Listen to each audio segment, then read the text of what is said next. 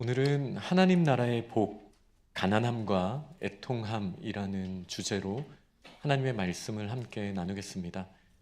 더 정확하게 말하면 하나님 나라의 복음이라고 하면 조금 더 명확한 메시지가 될 것 같습니다.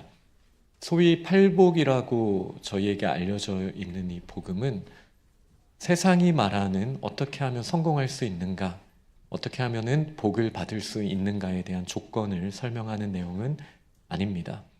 예수님께서 산에 올라가셨어요. 마치 모세가 하나님께서 이스라엘 백성을 구원하신 이후에 산에 올라가서 하나님 나라의 명령을, 하나님 나라의 헌법을, 십계명을, 또 그 율례들을 모세가 산에서부터 받아 내려와서 레위인들과 함께 이스라엘 백성들을 가르쳤던 것처럼 예수님도 하나님의 나라를 선포하신 후에 모세처럼 산에 올라가서 새로운 하나님 나라의 법에 대해서 선포하는 내용이 저희는 산상수훈이라고 말합니다. 그 중에 팔복은 이렇게 하면 복을 받을 수 있어 라기보다는 어떤 것이 정말 복인가에 대한 질문을 저희들에게 새롭게 던지고 있습니다. 첫 번째와 여덟 번째 복에 대해서 말씀하실 때 천국이 그들의 것이다 라고 말씀하시면서 이 여덟 가지 복에 대한 모든 내용이 다 하나님의 나라에 대한 이야기라고 분명하게 우리가 볼 수 있겠습니다. 그래서 저는 2월 한 달 동안 이 팔복을 두 복씩 함께 나누어서 좀 함께 말씀을 보려고 하고요. 특히 이번 주와 다음 주, 이 첫 네 번째 복은, 네 가지 복은 하나님 나라에 우리는 어떻게 들어갈 수 있는가 라는 복음의 가장 근원적인 질문에 답을 하게 될 것입니다. 그 이후 두 주 동안 남은 다섯 번째에서 여덟 가지 복을 보면서 그럼 하나님 나라에 들어가게 되는 우리는 어떠한 변화를 겪게 되는가? 어떠한 변화가 있게 될 것인가? 이것을 저는 구원의 적용이라고 보통 말합니다. 그러니 첫 네 번째 복은 구원에 이르는 길에 대해서 이야기하고 남은 네 가지는 구원받은 저희가 그 구원을 이 땅에서 어떻게 적용하면서 살아가야 하는지에 대한 복음에 대한 이야기라고 저희는 말할 수 있겠습니다. 제가 많이 쓰는 표현으로 다시 바꿔서 말하자면 1번부터 4번까지는 혼돈을 정돈으로 바꾸시는 예수 그리스도의 역사에 대해서 저희가 보게 될 것이고요. 5에서부터 8번째까지는 저희가 비어있는 것을 채우시는 충만함의 성령의 역사에 대해서 함께 2월 한 달 동안 보려고 합니다. 여기서 이제 복이 있다라는 표현은 이 헬라어 마카리오스를 선언하는 거예요. 이 원래 뜻은 기쁨이라는 의미입니다.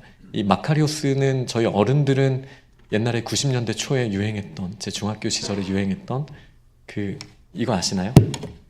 네, 마카리나 이거랑 어원이 같다라고 합니다. 기뻐하라 라는 의미를 가지고 있어요. 예수님께서 기뻐하라라고 외치시는 이유는 하나 때문입니다.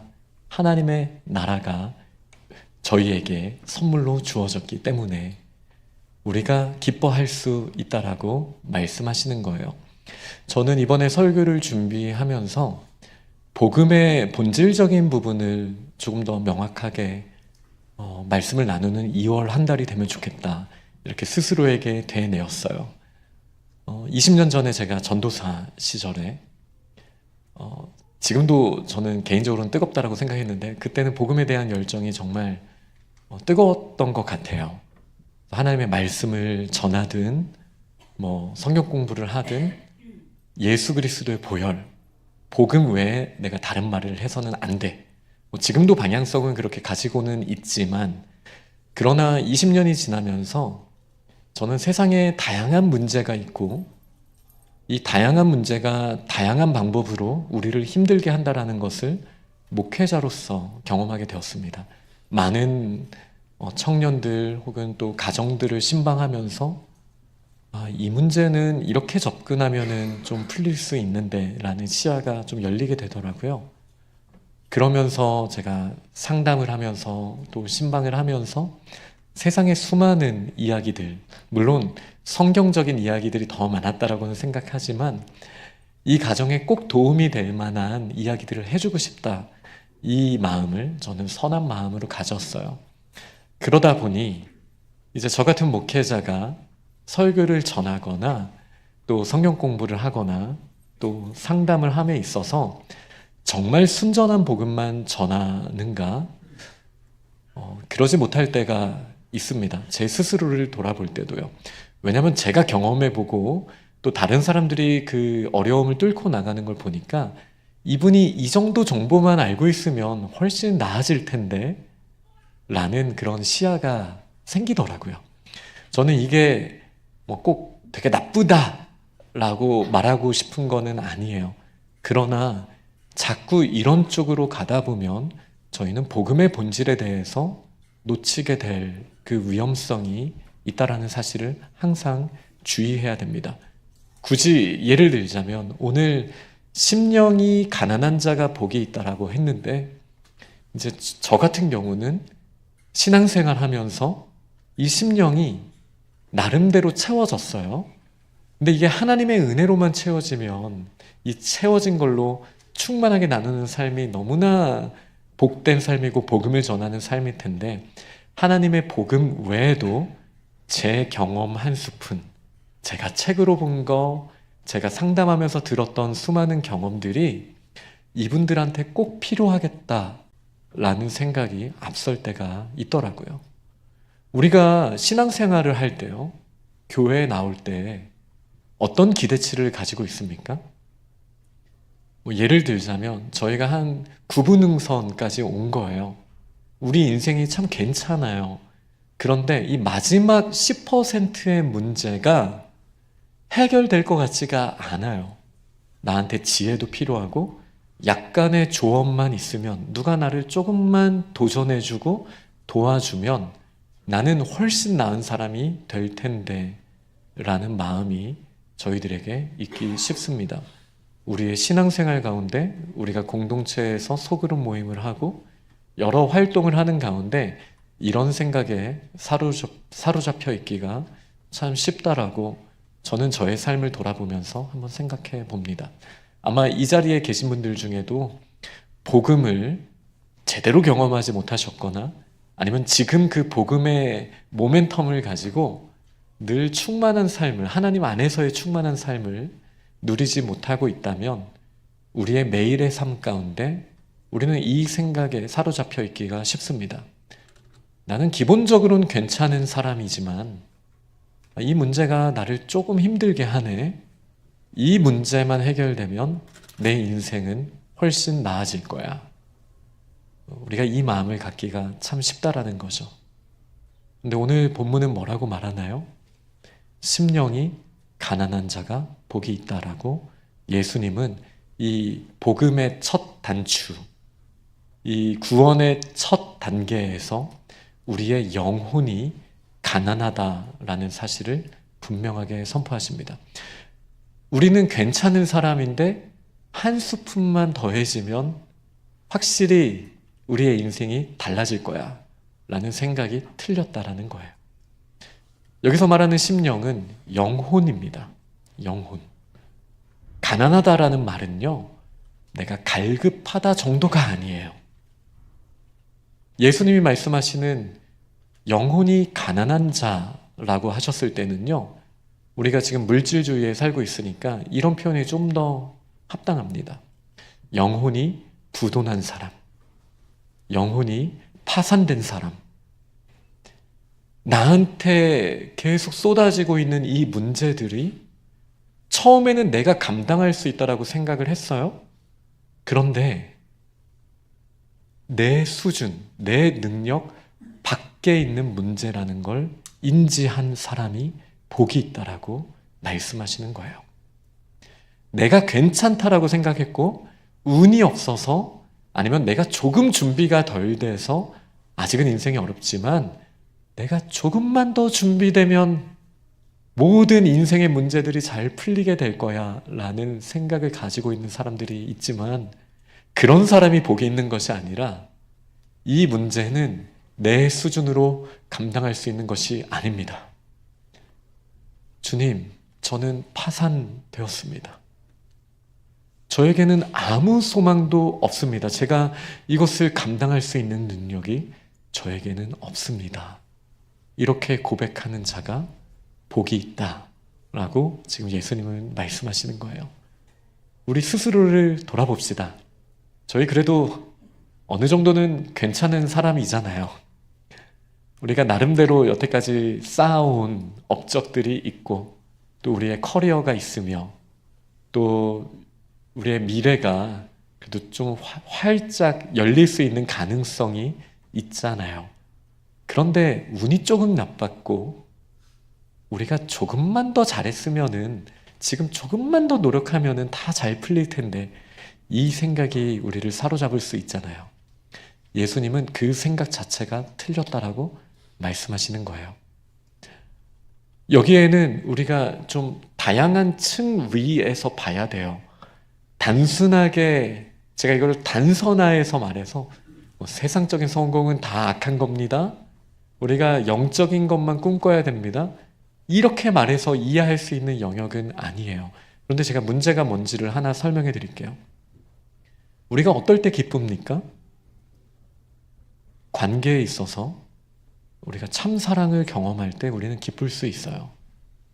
그게 가족 안에서 이루어질 수도 있고 또 가족이 될 사람, 그 사람을 바라보면서 우리에게 두근두근함과 그리고 행복한 마음이 들 수 있죠. 예수님은 이게 잘못됐다라고 말씀하시는 걸까요? 또 우리가 가족같이 여기는 형제, 자매들을 바라보면서 우리는 행복을 경험하게 됩니다. 우리가 어떠한 일을 할 때 최선을 다해 준비하고 또 그 방법도 옳은 방법으로 하면서 일을 해나갈 때 때가 됐을 때 열매가 맺혀집니다. 행복하죠. 그리고 우리가 최선을 다해서 아끼고 절제하면서 우리에게 어려움이 있을 때 이 문제를 풀 수 있는 인맥과 또 물질을 우리가 쌓아놨다라고 생각해 봅시다. 여기서 주는 안정감이 주는 기쁨도 물론 있을 거예요. 지금 예수님은 그것이 잘못됐다라고 말씀하시는 겁니까? 아니에요. 예수님이 말씀하신 건 훨씬 본질적인 문제입니다. 저는 이런 부분들을 어떻게 설명하고 또 제가 이해하고 있냐면요. 우리가 그렇게 행복을 느끼는 또 건강한 면에서 이 세상에서 행복을 느끼는 점들은 다 하나님의 나라의 기쁨을 우리에게 맛보시게 하는 거라고 저는 생각해요. 그 맛을 보는 게 잘못됐다라는 게 아닙니다. 우리가 안정감을 통해서 사랑하는 관계를 통해서 우리가 최선을 다하는 것에 대한 성취를 통해서 우리가 기쁠 수 있죠. 그 기쁨을 누리는 거 당연한 거고 매우 좋은 거예요. 그러나 문제는 뭐냐면요. 그 기쁨이 하나님 없이도 된다라고 생각하는 마음, 그 기쁨 자체가 전부이고 수단과 방법을 가리지 않고 얻어내야 한다라는 마음. 사실 여기에 모든 문제가 있거든요. 예수님은 본질적인 문제를 건드리시는 거예요. 제가 지난주에 팀 켈러 목사님의 말씀을 드렸죠. 복음은 좋은 충고가 아닙니다. 조언이 아니에요. 우리가 90% 괜찮은 사람인데 한 스푼 팁을 줘서 더 나은 사람이 될 수 있다는 거는 복음이 아닙니다. 그거는 세상 어디에서도 할 수 있는 말이죠. 복음은 뭔가요? 우리가 할 수 없는 일에 대해서 하나님이 하셨다. 이게 복음이에요. 우리가 느끼는 그 기쁜 상태 좋은 거 맞아요. 그런데 이 세상에서 저희가 그거를 제대로 누릴 수 있어요? 저희의 힘으로 저희가 그것들을 유지할 수 있나요? 육신적으로 노력하면 어느 정도는 할 수 있을지 모르겠습니다. 그러나 그것도 순식간에 사라져버릴 수 있는 안개와 같은 기쁨일 수 있다는 것. 이런 제가 말씀드린 우리의 육체를 가지고 경험할 수 있는 이런 문제들도 저희의 능력 밖에 있다는 사실을 우리의 삶을 돌아볼 때 우리는 인정할 수밖에 없습니다. 하물며 우리의 영혼의 문제는 어떻습니까? 이 영혼, 다른 사람에게 쉽게 드러나지는 않지만 우리의 속사람으로서 우리의 생각을 주관하고 있고 우리의 느낌에 반응하며 우리의 결정함에 있어서 작동하는 이 영혼, 우리의 육신과 다르게 영원에 잇대어져 있는 영원한 생명과도 연결되어 있는 이 영혼의 문제에 대해서 우리 너무 자신감 가지고 있는 것 아닙니까? 내가 내 인생을, 내 평생을 책임질 수 있다라고 우리가 자신하고 있지는 않습니까? 그러나 육신의 생명의 문제가 실제로 문제로서 우리의 인생에 찾아왔을 때 우리는 그 거대한 폭풍 앞에서 정말 가벼운 존재라는 걸 인정할 수밖에 없습니다. 하물며 육체가 그럴진데 영원한 생명에 대해서 우리는 너무 지금 채워져 있다라고, 나 자신이 나의 영혼의 주인이고 이 모든 걸 책임질 수 있다라고 우리가 착각하고 있지는 않습니까? 예수님은 이 거대한 질문을 던져주신 거예요. 우리가 경험하고 있는 문제들, 이 한 문제 한 문제를 풀 수 있는 조언이 필요한 게 아니에요. 하나님 나라의 복음이라고 우리가 말할 수 있는 이유는 그 근원적인 문제를 해결해 주시고 이 하나하나 열매를 갈아 끼우는 정도의 문제가 아니라 우리가 하나님 나라의 복음, 하나님께서 하신 일을 경험할 수 있도록 우리에게 예수 그리스도의 은혜로 말미암아 하나님의 나라의 복음을 선포하여 주셨고, 이렇게 복음을 들었을 때 우리가 어떻게 반응하는가, 그것에 대한 질문에 대한 답으로서 1번부터 4번까지 예수님께서 순차적으로 알려주시고 있는 거예요. 먼저는 말씀 나눈 것처럼 우리의 영혼이 가난하다라는 것을 인정해야 됩니다. 우리는 영원에 대해서, 참 생명에 대해서도 우리가 책임질 수 있는 존재가 아닙니다.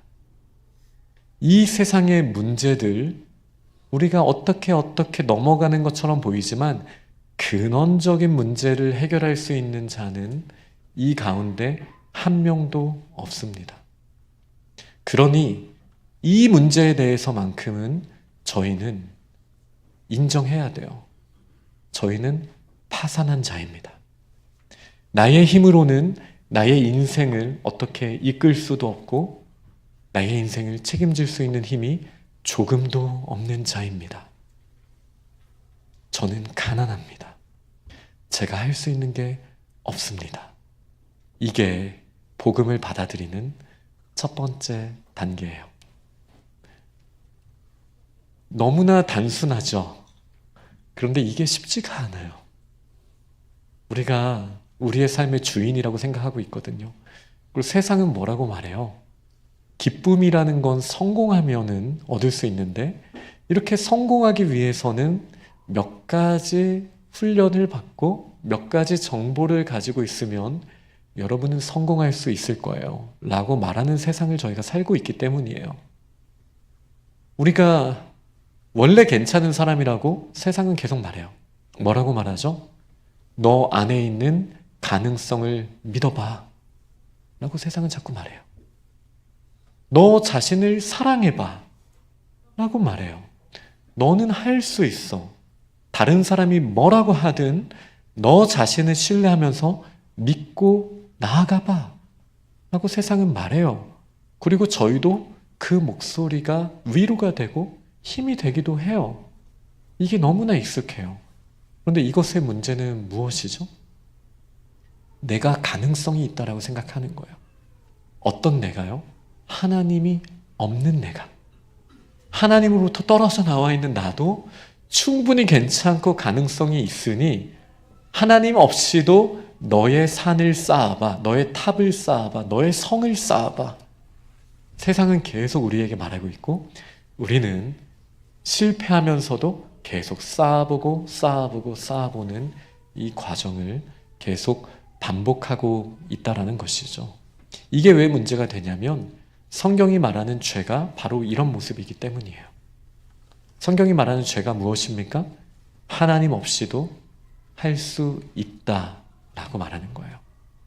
우리의 생명의 근원이신 하나님, 우리의 모든 복의 근원이시고 사랑 자체이신 하나님을 우리 인간이 하나님 없어도 저희는 행복할 수 있어요 라고 말하고 떨어져 나왔단 말이에요.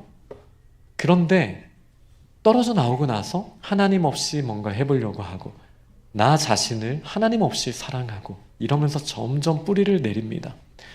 성경은 이거를 죄라고 말합니다.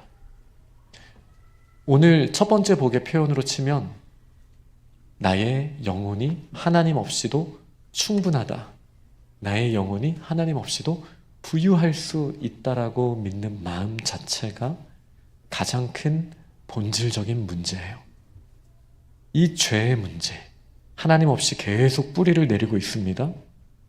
그러다가 열매가 막 맺혀져요. 죄의 열매가 처음에는 답니다. 그런데 시간이 지나면 그 독소가 우리 몸에 퍼지게 되는 거예요. 그래서 이 복음을 받기 위한 첫 두 단계가 뭡니까? 나 이대로는 안 돼. 나 자신에게서만 봤을 때 소망이 없어. 이 문제를 어찌저찌 그냥 넘어갈 수는 있을지라도 나중에 내가 감당할 수 없는 더 큰 문제가 찾아왔을 때 나는 반드시 무너질 수밖에 없어. 아니 심지어 영원한 세계를 그려볼 때 영원한 생명에 대해서 생각해 볼 때 과연 내가 할 수 있는 것은 무엇일까? 내가 할 수 있는 것은 없어 라고 말하는 것. 네, 이것이 바로 저희가 볼 수 있는 첫 번째 단계예요. 우리의 영혼은 가난합니다. 파산입니다. 그런데 이 본질이 죄에 대해서 우리가 인지하는 거라고 했잖아요. 그럼 죄에 대해서 인지했으면 저희는 어떻게 반응하게 될까요? 애통하는 거예요. 죄의 쓴뿌리를 봐요. 쓴 열매를 봐요. 이 독소가 온 세상에 퍼져 있고 나의 인생에도 이 독소가 퍼져 있어요. 이 상황 가운데 우리가 그 죄의 쓰디 쓴 맛을 알고 쓴 거를 쓰다라고 말할 수 있는 상태, 슬픈 걸 슬프다라고 말할 수 있는 상태, 이 죄의 악을 보면서 우리가 분노할 수 있는 것, 이것이 잘못됐다라고 인정하는 것, 그러면서도 나에게 이 문제를 해결할 수 있는 힘이 없으니 슬퍼하는 것, 이것이 두 번째 복이 말하는 애통함에 대한 이야기입니다. 하나님 나라의 복음은 이렇게 단순해요. 우리가 하나님을 떠나 있을 때 나 자신을 의지하고자 하는 이 세상의 자연스러운 흐름이 있지만 그럼에도 불구하고 나는 아무것도 할 수 없구나. 나는 파산이구나. 그런데 이 열매들이, 이 죄악의 독소들이 나의 영혼과 마음을, 내 몸을 망가뜨리는 걸 보면서 탄식하는 마음을 갖게 되는 것. 이렇게 되면 우리에게 임하는 이 복음의 구원의 기쁜 소식의 절반까지는 온 거예요. 왜요? 세상은 이 단계까지도 저희들을 이끌지 않거든요. 괜찮다라고 말해요. 우리가 고통의 자리에 있는데 우리의 뿌리가 잘못된 땅에 지금 심겨져 있는데 그냥 너 자신을 그 안에서 사랑하기만 하면 괜찮다라고 말하는 이 세상에 저희가 너무 익숙해져 있기 때문이에요. 아니에요. 본질적인 문제가 해결이 되어야 돼요. 그러려면 우리가 얼마나 무력한지를 인정하고 또 우리 자신과 이 세상의 문제에 대해서 우리는 슬퍼하고 애통하는 모습이 반드시 있어야겠습니다. 예수님께 한 사람이 찾아왔어요. 이 사람은 마음이 부유한 사람이었습니다. 어제도 제가 점심 식사하다가 이 사람에 대한 이야기를 함께 나눌 기회가 있었는데요. 마태복음 19장에 보면 한 부자 간원이 예수님께 찾아와서 오늘의 주제와 똑같은 질문을 합니다.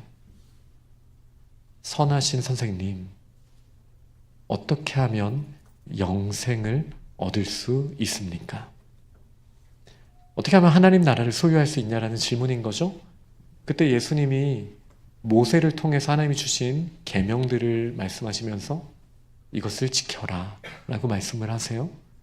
그때 이 부자 청년이 이렇게 이야기를 합니다. 제가 다 지켰습니다. 그때 예수님께서 이렇게 말씀을 하세요. 그러면 네가 가지고 있는 모든 재물을 팔아서 가난한 사람에게 주고 나를 따르라. 이렇게 말씀을 하신 내용들이 이제 마태복음 19장에 나오게 됩니다. 우리는 영혼이 부유하다라고 생각한 이 청년을 봤어요. 그는 괜찮은 청년이었던 것 같아요. 하나님의 말씀대로 살아가려고 했어요. 자기 나름대로의 원칙을 세우고 자신의 힘으로 이 정도 자격이면 나는 하나님의 나라에 갈 수 있어 라고 생각하고 그것을 유명한 예수님을 통해서 검증받고 싶었었어요. 예수님은 그의 마음의 상태를 아셨습니다. 그가 하나님의 나라를 말하면서도 자신의 의를 계속 이야기하고 있는 거예요. 자신의 의에 대해서는 제가 다음 주에 더 깊이 이야기를 나눌 예정입니다. 그러나 내가 이 정도 자격이 됐으니 하나님도 나를 인정하실 거야. 이런 마음이 자기의 의거든요. 예수님께서 이렇게 말씀하세요. 네가 가지고 있는 모든 거를 버려. 그리고 나를 따라와. 이거를 할 수 없는 거예요. 왜요? 내가 소중한 사람인데, 나 괜찮은 사람인데, 나를 괜찮게 만들 수 있는 모든 조건을 버리라고? 그러면 나를 보호할 수 있는 게 아무것도 없는데? 이 근원적인 질문 앞에 이 부자 청년은 대답하지 못했어요. 예수님 앞에 예스라고 대답하지 못했어요. 이게 마음이 부유한 사람들의 특징입니다. 겉으로는 하나님을 의지한다라고 말하면서도 나를 지킬 만한 것들이 쌓여 있죠. 그리고 이 것들이 나를 보호해 주는 거예요. 나를 멋지게 만들어줘요. 그리고 나한테 필요한 건 100이 아니라 10이거든요. 왜? 나는 90%는 괜찮은 사람이니까. 근데 이제 예수님의 말씀을 보면 안타깝게도 이 부자 청년은 하나님의 나라에 들어가기에 그 당시 상태로는 합당하지 않은 모습이었습니다. 그러니 하나님 나라의 본질은 이런 거예요.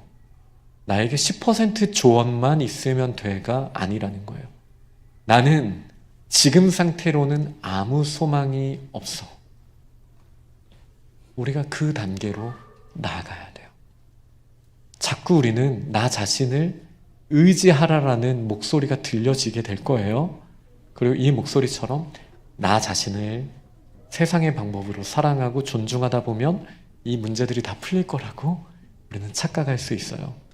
예수님이 이 부자 간원과의 대화 이후에 이런 말씀을 제자들에게 하십니다. 낙타가 바늘귀에 들어가는 것이 부자가 천국에 들어가는 것보다 쉽다. 그러자 제자들이 너무나 놀랐어요. 왜 놀랐을까요? 제자들의 상식을 뛰어넘은 말씀이었기 때문이에요. 부자들은 천국에 갈 거라고 그 당시에는 생각했거든요. 하나님께 복받은 사람들이 부자가 된다라고 생각했거든요. 이거를 다른 표현으로 하면은 어느 정도 의가 쌓였기 때문에 이 정도 채워졌으면 그 정도 멋진 사람이면 하나님이 구원하실 수 있다라고 생각했거든요. 그런데 예수님은 부자가 천국 가는 거는 불가능하다라고 말씀하신 거예요. 그리고 뭐라고 말씀하십니까? 사람으로서는 할 수 없다. 이게 본질이에요. 누가 천국에 갈 수 있습니까? 내가 어느 정도 수양을 쌓으면, 내가 어느 정도 재화 쌓아서 이기면 천국에 갈 수 있습니까? 질문이 잘못된 거예요.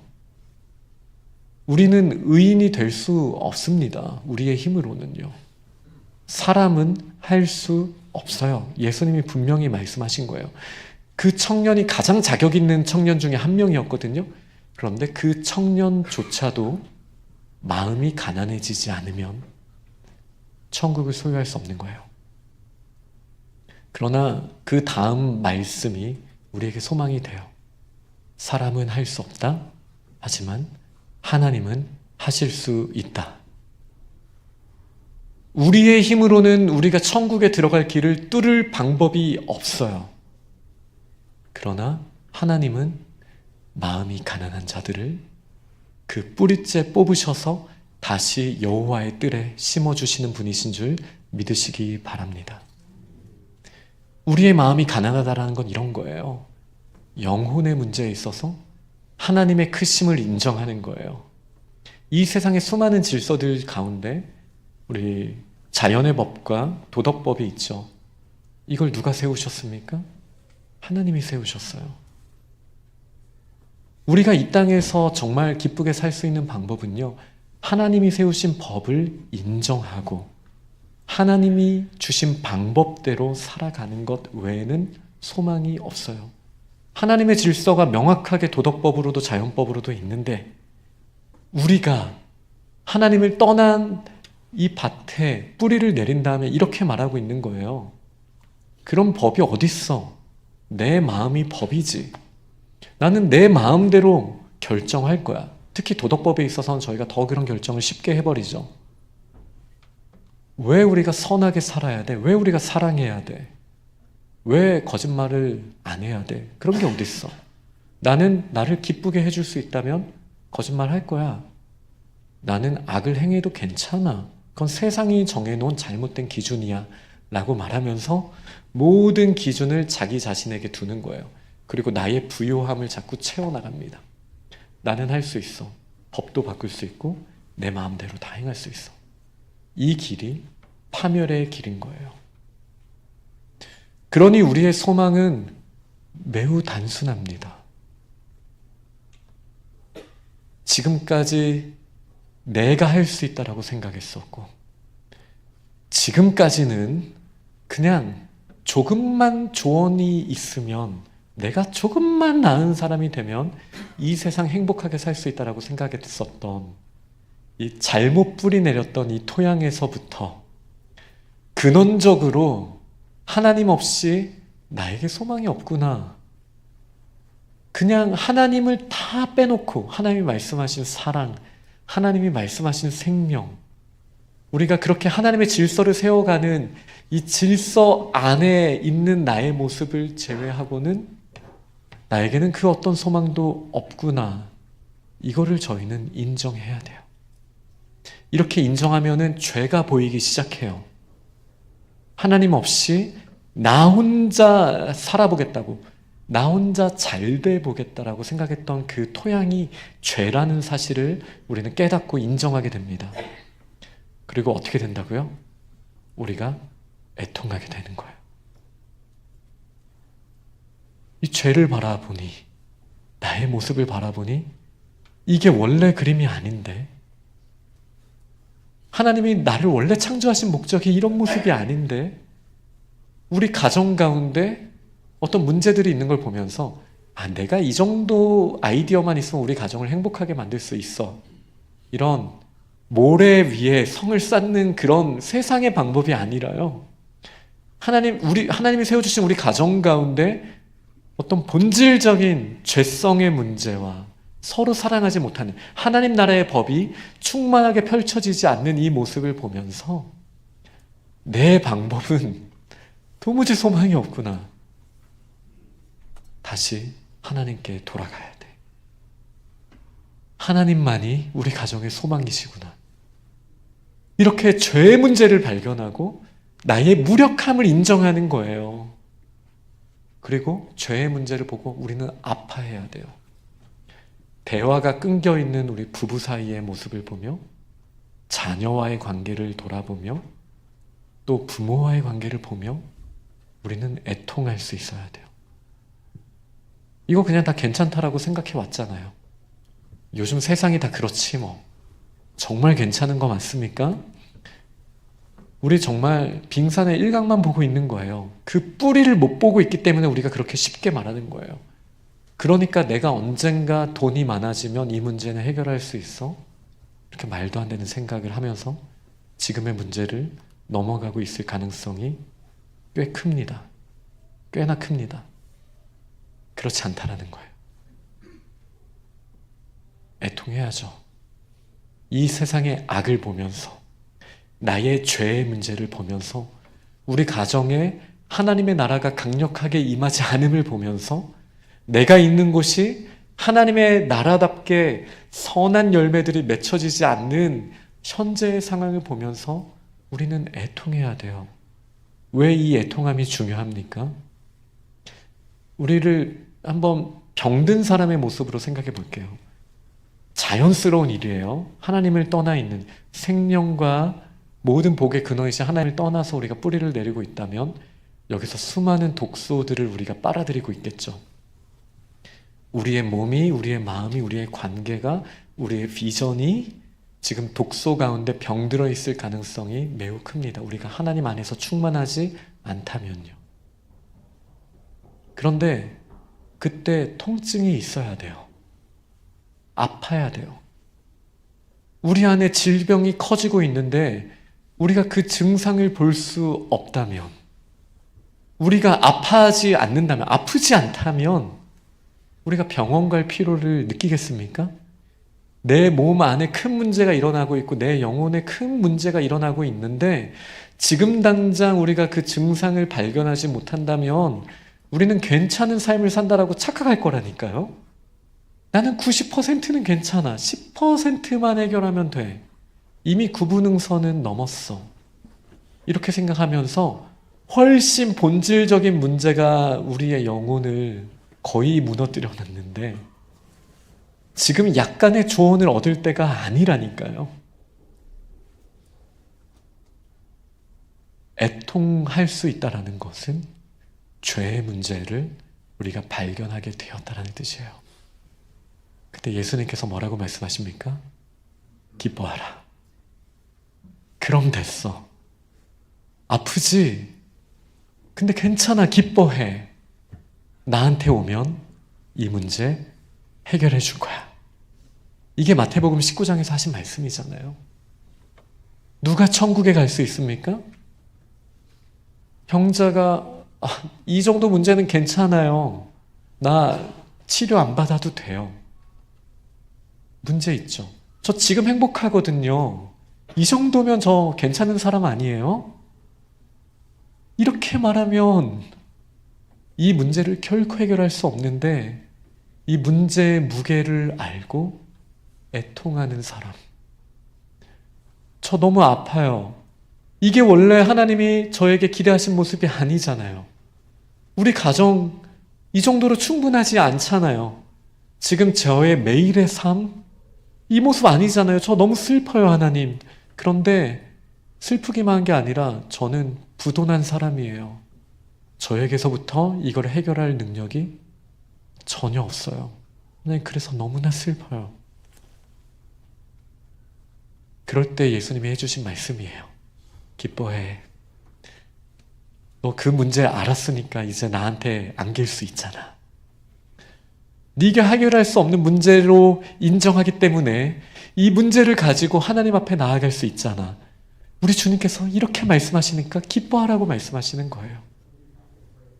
우리가 씨름하고 있었던 문제도 문제지만 이거는 문제가 아니야 라고 생각했던 거는 더 큰 문제죠. 우리는 현대사회에서 이 문제들 아래 파묻혀 있었어요. 그리고 그 문제 안에서 너 괜찮은 사람이야 라는 음성이 계속 들려왔단 말이죠. 이제 정말 하나님의 나라를 소유한 복음을 가진 저희들에게 하나님께서 요구하시는 거는 예수님이 계속 선포하셨던 내용이에요. 회개하라. 회개하라. 이 회개한다라는 건 뭐예요? 방향을 돌이키라는 거예요. 하나님 없이 나 혼자 충분해 라고 말했던 이 방향에서 돌이키라고 말씀하시는 거예요. 너 가난한 거 맞아.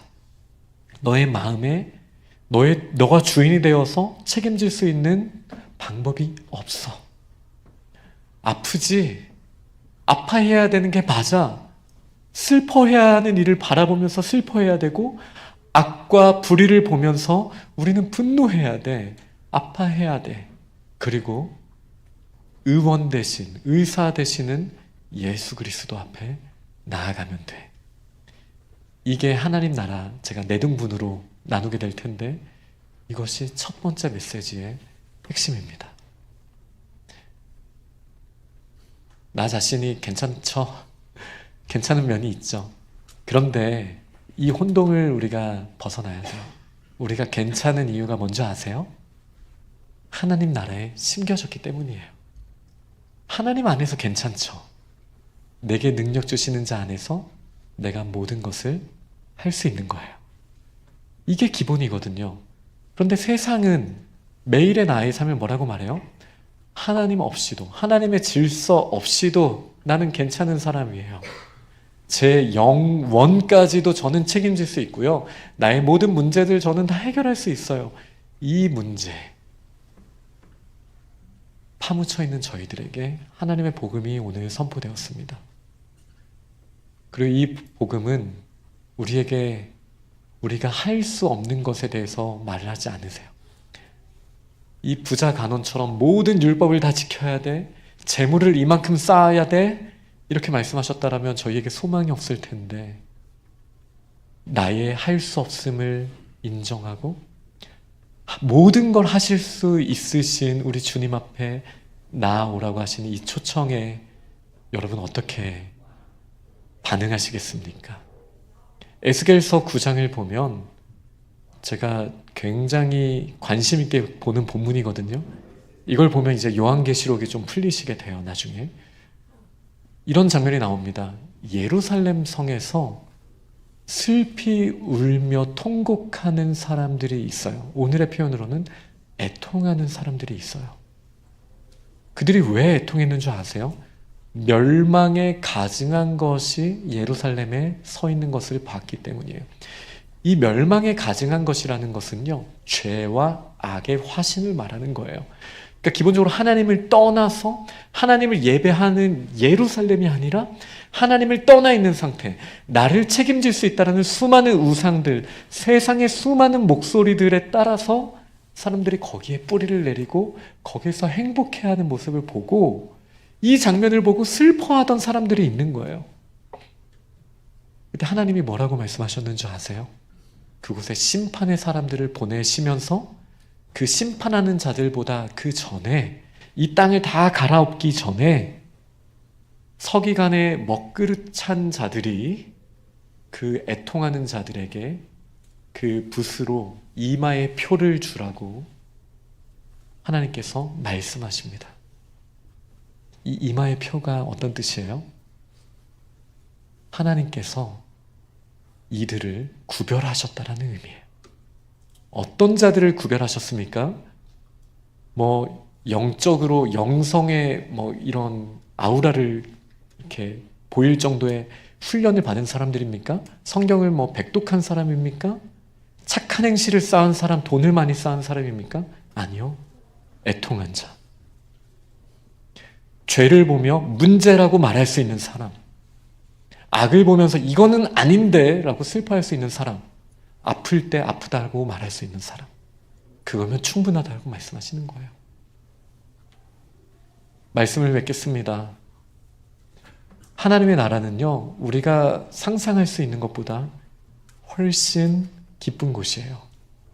이 땅에서 우리가 경험하고 있는 모든 기쁨이 무한대를 만난다라고 생각해 보시고요. 그리고 그것을 빼앗길 수 있는 불안감도 없어진다라고 생각해 보시고요. 그리고 우리를 그 기쁨을, 항상 기쁨과 슬픔이 만나면 기쁨이 지거든요. 저는 애들한테 예전에 이런 비유를 한 적이 있는데, 너무 이렇게 스테이크가 먹고 싶잖아요. 맛있는 레스토랑에 가서 스테이크를 먹는 장면, 그리고 팔 부러진 장면, 두 가지가 합쳐졌을 때 보통은 고통이 더, 문제가 더 큰 목소리를 내는 거예요. 저희가 이 땅에서 아무리 기쁨을 누린다 하더라도요, 이 세상에는 여전히 죄에 따른 하나님을 떠나 있는 자연스러운 결과로서 우리에게 수많은 고통과 어려움이 있어요. 이거는 저 하나님의 나라와 비교할 수 없는 잠깐의 기쁨을 우리는 잠깐 경험하면서 힘을 내고 있어요. 그런데 너무 안타깝지 않으세요? 그거는 맛보기인데, 그거는 정말 그림자일 뿐인데, 그게 전부인 것처럼 우리 자신이 부유한 척, 나는 다 이러는데 조금만 더 조언해 주세요 하나님, 이런 정도로 지금 하나님 앞에 우리가 서고 있지는 않나요? 단순합니다. 우리는 부도난 사람들, 우리 스스로는 우리의 영혼을 결코 책임질 수 없는 사람이라는 걸 먼저 인정해야 돼요. 그리고 죄를 보며 애통합시다. 이렇게 가난한 자에게, 애통한 자에게 복이 있다라고 말씀하신 이유는 이 모든 무능함 가운데 나의 질그릇, 이 고린도후서 4장 7절에 나오는 이 보배를 우리가 질그릇에 가졌다라고 했잖아요. 질그릇이 비어있다라는 것에 더 감사해야 돼요. 왜요? 하나님의 나라에서 하나님이 하나님의 신령한 것으로 채워주실 것이기 때문에 우리는 이 땅에서 세속적인 것으로 비어져 있는 나의 무능함에 대해서 인정하는 그것이 복이 있다는 사실을 인정해야 합니다. 그리고 애통하죠. 슬프죠. 아프죠. 근데 그들이 왜 복이 있습니까? 하나님이 위로해 주실 것이기 때문이에요. 하나님의 위로는 사람의 위로와 다릅니다. 전지, 전능, 전선하신 분께서 가장 선한 방법으로, 가장 완벽한 방법으로, 그리고 가장 적절한 방법으로 우리의 문제를 해결해 주시고 그 문제를 완벽하게 풀어주신 다음에 뿌리를 제대로 하나님의 뜰에 심어주신 다음에 힘들었었지? 괜찮아 라고 하시는 위로이기 때문이에요. 그러니 우리가 기뻐해야 되지 않겠습니까? 하나님의 나라의 복음, 이 질문에 우리가 매일같이 답할 수 있으면 좋겠습니다. 누구를 의지하십니까? 나 자신입니까? 세상입니까? 우리 그러면 안 됩니다. 우리를 사랑하셔서 독생자까지도 아끼지 아니하시고 주신, 우리에게 모든 것을 주신 우리 아버지 하나님을 의지하며 나아갈 때 하나님의 나라가 우리의 것이고, 또 지금은 힘들지만 우리에게 참된 위로가, 정확한 위로가 임하게 되는 줄 믿습니다. 네, 오늘 제가 복음을 전체를 말씀드릴 수는 없었지만 다음 주에는 그러면 어떻게 옮겨지게 되고 하나님의 의가 우리에게 임하게 되는지에 대해서 이 복음 구원에 대한 마지막 두 번째 부분을 다음 주에 함께 나누도록 하겠습니다.